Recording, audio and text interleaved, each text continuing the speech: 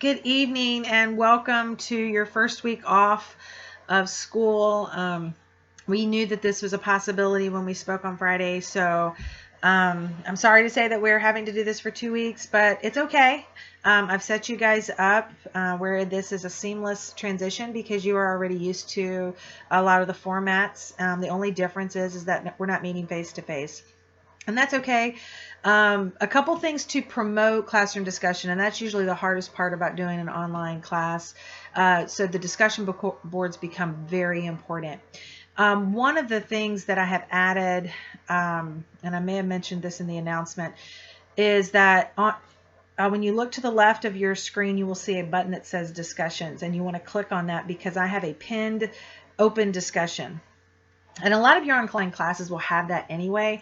If you have any questions, you need clarification, anything that pertains to what we're doing, you can post your questions there. With that, anyone can answer. So it could be, has anyone had challenges doing blah, blah, blah? And, you're having conversation that way. If it's clarification for an assignment, a student can answer.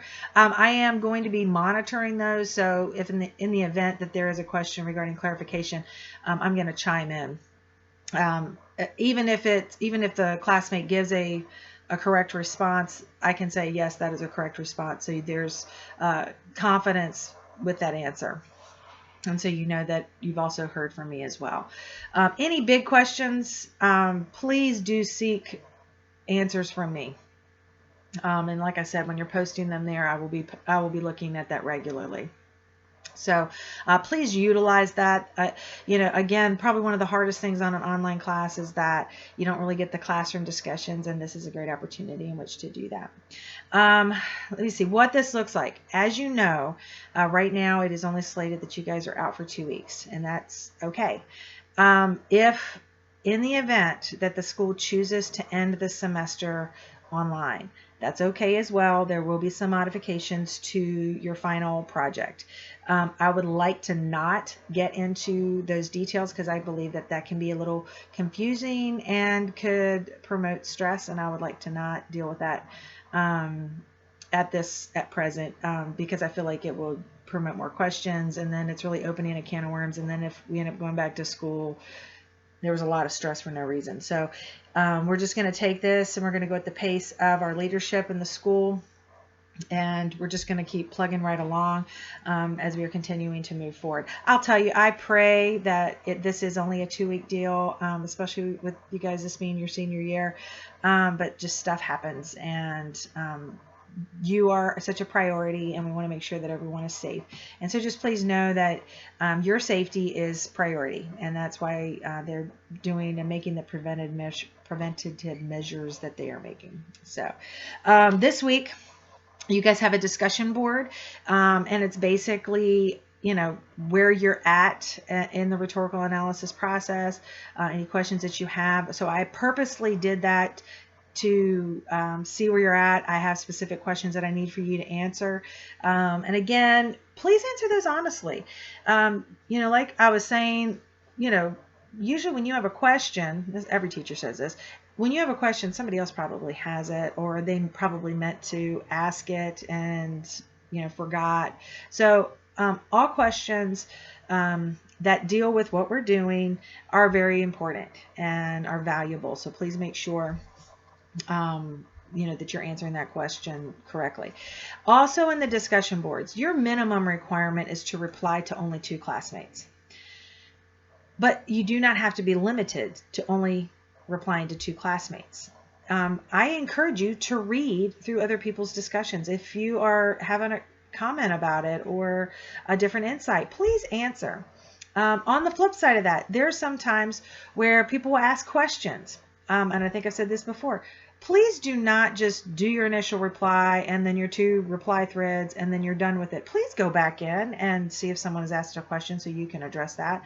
I know that when I was an online student, I enjoyed going back to see what people had to say.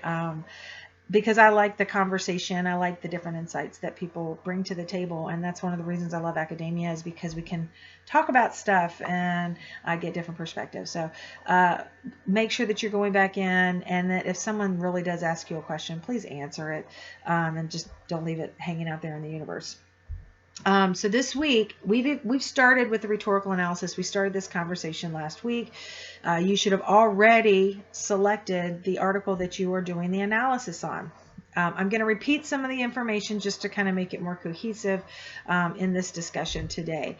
So rhetorical analysis, what does that mean? You are analyzing someone's rhetoric, someone's message, and taking a different perspective. You are now taking into account the writer. And going back, even when we've read literature, everything that's written is written on purpose. It is not happenstance. Someone has a reason, an intent with what they have to say. They know who they want to say it to, how they want to say it. They're trying to evoke a certain emotion or action. You guys are going to be you're going to be doing debates at the end of the semester, and you're choosing hot topics. Well, hot topics, they're not called hot if there's not emotion behind it, because usually you have two emotional sides. And so when a writer is giving their message, they are trying to either get agreement from you, like I said, promote action, awareness, empathy, sympathy, what are they trying to say, and what are the tools that they're using in order to get their message across. And so, like we've talked, and this information is in your textbook, who's their audience? Do they have a specific audience in mind, or is it more general? And that's a really tricky one. If you have a specific audience, so let's say, you want to do baby boomers. These are people that are coming right out of World War II. Those are the ones we call baby boomers. They have a different perspective. Those are like your grandparents or great-grandparents, depending. Are they millennials? Are they, an 80s kid? Which is your middle-aged population? Are they more for teenagers or young adults? Or are they trying to communicate cross-generational? And to me, I think that would be a little bit more difficult, because each generation has specific things that are important to them. They have those life experiences that they have, and different viewpoints. And so if they're trying to do multiple generations, or they're trying to reach multiple generations, are they doing a good job? Sometimes they could, depending upon the message, but that's something to look at. Now, we've talked about how would you know who their audience is? And that's where looking deeper into the text. In fact, they have on page 220, when they're talking about rhetoric, it's talking about taking words and images seriously, spending time in the text, and that's where that's coming in. Pay attention to the audience. Mine the text for evidence. And all of that goes into annotation, which I strongly encourage you to do. Please print off a copy of your article. When you're doing annotation, it is difficult to read an article online and then just make notes in a notebook. There's a disconnect with that. When you have the article in front of you and you have your highlighter or your colored pen or whatever that you're doing, I know that when I annotate, I'm highlighting things that stand out to me. Do I have a question about it? Am I in agreement with it? If I know that I'm looking for certain things, so I'm mining, mining for evidence, I'm going to say, oh, okay, this could be evidence of what audience or who they're trying to attract. I'm going to underline some of the evidence, the support. How are they, are they trying to evoke emotion? I'm going to highlight that, and I'm going to notate those things that are outlined in your text. Can you locate that? Can you find support for these specific things? And that really does help, because now you're reading purposely. You're not just reading just to, oh, this is a great article. You're actually looking deeper into it. You're looking for intent. And that's so key on this. So definitely read your text. They do give examples. I encourage you to do that. If this is still kind of confusing to you, they do have examples of what a rhetorical analysis looks like. Read through it. There's no problem with that. Explore the purpose and the topic. And that's, you've kind of already done that. Choose a text that you can work with. And we have talked about that. Are you interested in what you just read? Were you able to actually stay awake while you were reading it? If your eyes are rolling in the back of your head, if you're daydreaming, if you're thinking about what you want to eat for lunch or whatever, it probably is not a good article. So I hope that you guys did spend some time and you took me seriously on choosing an article that you could actually respond to. And again, responses, did you have an emotional response to it? Do you feel like it was successful? And yeah, before you even get into the actual analysis of it, I hope you did just do a quick read through. In the first couple paragraphs, was your attention grabbed?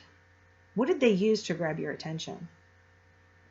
And then when they give the evidence, did they have sufficient evidence?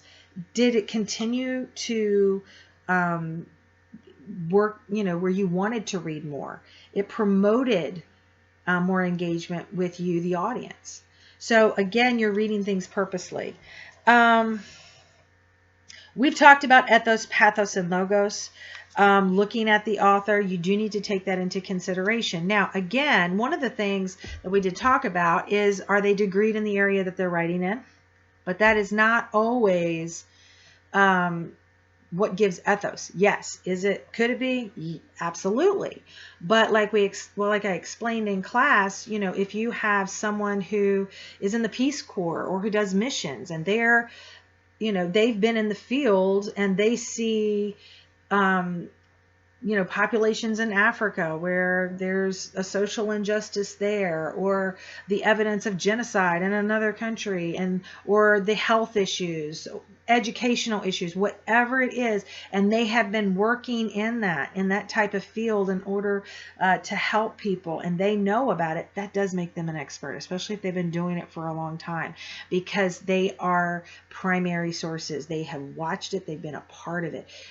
And like I said, when we get closer into doing your projects, I'm going to actually ask for some primary sources and some secondary sources, and because they both bring something so very important to the table, but especially primary sources. If you're hearing from somebody who has done research, and they're the person that was driving it, and they've created it, and they've taken all of this data, and they've analyzed it, and they're putting it into whatever format where this is original information, and you look deeper into their research. If you're reading an article where someone's done research, one, you want to make sure that you are finding out, who did they research, what was what was their focus, how many people are a part of this research in order for them to get the numbers of whatever it is. What was their testing scope? Was it just one specific area, or was it multiple areas? And then you have data that's just more spread out, which is more meaningful. And you think about it, if their testing group is really large, that actually gives more validity to whatever your results are. So you do want to look at multiple things of the credibility of the author. What are they bringing to the table? Why are they writing about this? What experiences have they had in regards to that? And again, looking at, where did they go to school? If they are a PhD from Harvard, do you think that that's going to have more weight than someone who has a PhD from Saint-Tropez University in Nowhere Land? Probably, because there's more credibility even in the institution that they went from if they're in Harvard. Pathos, again, the passion. What is driving it? And remember, passion's a grabber for your audience, because that is actually what drives us. Information is great. Solid information is what keeps us, but the emotion is what pulls us in and kind of fuels it. So how are they using that? And you can tell in their writing. Let me see. ethos, pathos, logos. That's our support and the reasoning behind it. What's the evidence? If they're making strong points, especially if there's accusations where, they're saying such and such is not doing this or not enough has been doing there, do they have the evidence to support it? Also, I want to take it a step farther. We just came out of logical fallacies. And that could also be a part of this analysis of this person's rhetoric. Are they utilizing any of the logical fallacies that you have just learned about? And we've already established with logical fallacies that can be a manipulation. Are you seeing that? And yes, is that a part of your support? Is that a part of your analysis? Absolutely, because you're looking closer into it. So do not take that for granted at all. Questions for the rhetorical analysis, page 229. You definitely want to read through that. Creating structure, choosing style and design. We've actually talked about high style, medium style. This is more of a high style writing because of what you're bringing to the table. So this is an academic article and you are giving academic analysis and response to it. So I'm just going to answer that for you. I want this to be written in the high style. And I think that is just about it. So how are you going to organize your writing? Now, and that's basically it. I mean, you do need to know the concepts of that. But like I said, you do want to take those things into account that we've just talked about. So some of you guys are like, well, how do I even organize this? Well, one, we already know the formula for writing. Intro plus body plus conclusion equals paper. Now, this is a rhetorical analysis on a specific article. Logic would dictate that in my intro, do you think you need to have the title and who it's written by? Yes, because you are setting that up. You're introducing that you are going to be, however you're analyzing or whatever it is that you're analyzing, you have to let me know what that is. Please remember that when you put the title of your article, please italicize it. If not, I am taking off additional points because we've had this conversation. Please be very careful with your format. Some of us are still having issues. So what I would encourage you to do is go back into some of your older pieces. What have you been edited on? With that means I can go back into it and I can see what I edited you on. And if I am seeing the same mistakes over and over again, there is going to be additional point loss, because at this point you need to be learning from what you have done before. So please be very mindful of that. Areas that I'm seeing, and I'm just going to do a little aside here, running headers. They have to be there. They have to be formatted correctly. I need a works cited page. Yes, I need a works cited page. Even though you were doing this on one article, that's the article that is going to be on your works cited page, and it needs to be formatted correctly. I have given you the tools. I've given you visuals of what it should look like. Please make sure that you are looking at that before you do a final submission. Please make sure that you're doing a strict double space. Maybe you need to make a checklist from the requirements and make sure before you hit submit or you do a final submission that you're checking off those things. I've provided that, but I'm not going to give you a checklist. If you know what issues that you've had, what I would do is maybe go back into some of my older pieces and write a checklist of things to make sure that you don't make that error again. Because again, I'm grading these heavier, and so if you're continuing to make the same mistakes over and over again, your grade is going to reflect that. Please edit, watch how you're spelling words, how you're phrasing sentences. This is a high-level writing assignment, just like I had stated before, which means you cannot use an everyday vernacular. Watch your word choices, that they are not, very big, or this is a very interesting blah, blah, blah. Please make sure that you are not only using academic vocabulary, but you're using it correctly and in the context in which it was intended. So please be really careful with that. Okay, so our first paragraph, make sure that you have the hook. You are introducing the what the name of the article and the author, and give me a thesis statement. You still have to have a thesis statement. If that's an area that's still challenging for you, write your thesis statement last. Wait till you've written it, and then what is this one statement that really sums up what this paper is about? Your second paragraph should be an overview of the article, because you have to give me a jumping off point of what was this article even about. I do not want specifics. You have one paragraph. So if it's kind of like that 60-second summary, I just need an overview to give me an idea, because you're going to get into deeper analysis in the body of your paper. Now, how do you organize the body of your paper? One, you're not even going to be able to get there until you've actually annotated your article.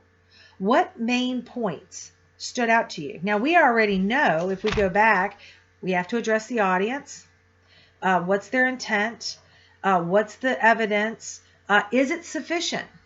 Is the evidence that they're using, or the support that they're using, do they have enough substance there? So think about those areas that it was asking you to look at. And again, let me give you a page number, even though you should have already known this because you should have read this chapter already. Here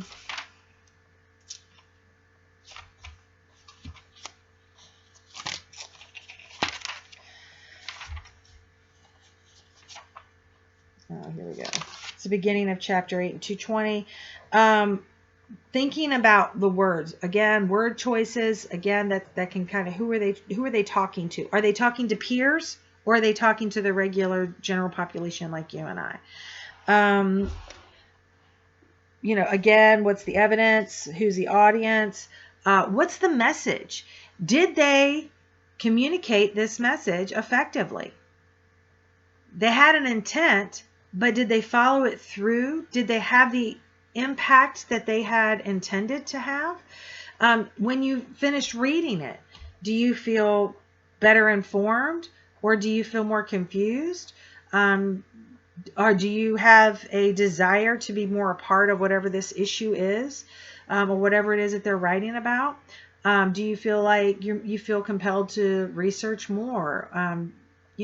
What was your final? And remember, that's also about any type of analysis.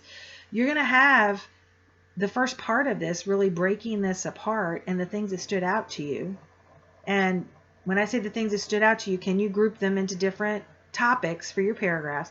And then your concluding paragraphs are reflecting on the body of this analysis. And that's really where that question of, were they effective in the message that they were trying to convey? And so that's where your conclusion really should be developed. I do not want to see a 3-sentence conclusion.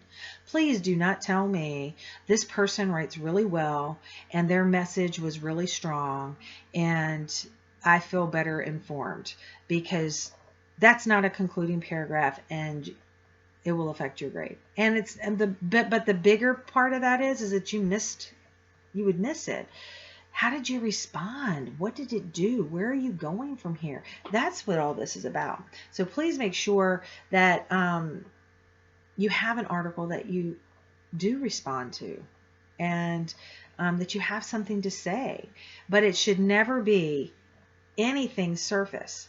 Otherwise, it doesn't meet the definition of analysis, which means it's going deeper into whatever it is that you're reading. So I hope that was clear for you. Please let me know. Again, you're going to be addressing this in your discussion board this week, but if there's something that you feel like you need clarification on, please let me know. Put that in the discussion board, the pinned discussion board, and so we can have those conversations. Again, I'm very excited that we haven't skipped a beat and that we're going to continue this. Please read your material. This quiz is not going to be long at all. And because it does mention the ethos and pathos and logos, there will probably some questions in regards to that. So just let me know. Your paper again is due this Sunday, no later than 11:59. You have a quiz that will be due this Sunday, 11:59. Your initial thread for your discussion board is due Wednesday, which is tomorrow night, by 11:59, and your 2 replies, or at least 2 replies, is due by Sunday, 11:59. So you guys have a blessed day. Please make good choices. They did this to keep people safe, so please make sure that you are following the rules and staying in, and and just not being around a bunch of people at this time, just so we can get through this, and so you guys can finish your senior year by hanging out with your friends. So you guys have a great day, and I will talk to you later. Have a good one. Bye.